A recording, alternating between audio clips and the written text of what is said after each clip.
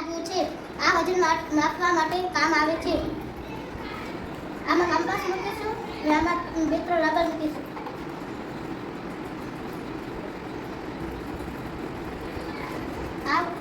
આ મોટું વજન થઈ આનું વજન નાનું થયું. આ અમે ત્રાજવું બનાવ્યું છે કે વજન કામ કરાવવા માટે આવી છે. એકમાં અમે ચોક મૂકીશું, એકમાં અમે પથરા મૂકીશું.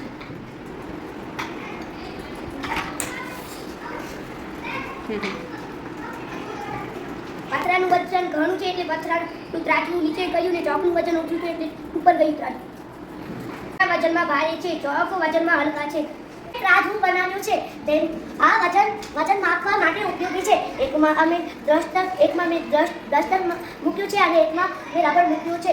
ડસ્ટરનું વજન વધારે હોવાથી તે ત્રાજવું નીચે ગયું ને રબરનું વજન ઓછું હોવાથી તે ઉપર આવ્યું. મેં આ ત્રાજવું બનાવ્યું છે. એકમાં મૂક્યા છે 2 રબર અને એકમાં મૂક્યું છે સંચો. રબરનું વજન વધારે છે એટલા માટે નીચે ગયું અને સંચાનું વજન નાનું છે એટલા માટે ઓછું છે એટલા માટે ઉપર ગયું. આ મેં ત્રાજવું બનાવ્યું છે એ વજન માપવા માટે ઉપયોગી છે. પરિકરનું વજન વધારે છે એટલે નીચે ગયું અને સંચાનું વજન ઓછું છે એટલે ઉપર ગયું.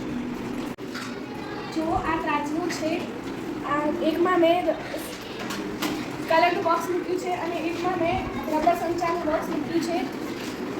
જેનું વજન વધારે હતું તે નીચે ગયું અને જેનું વજન ઓછું હતું તે ઉપર આવ્યું.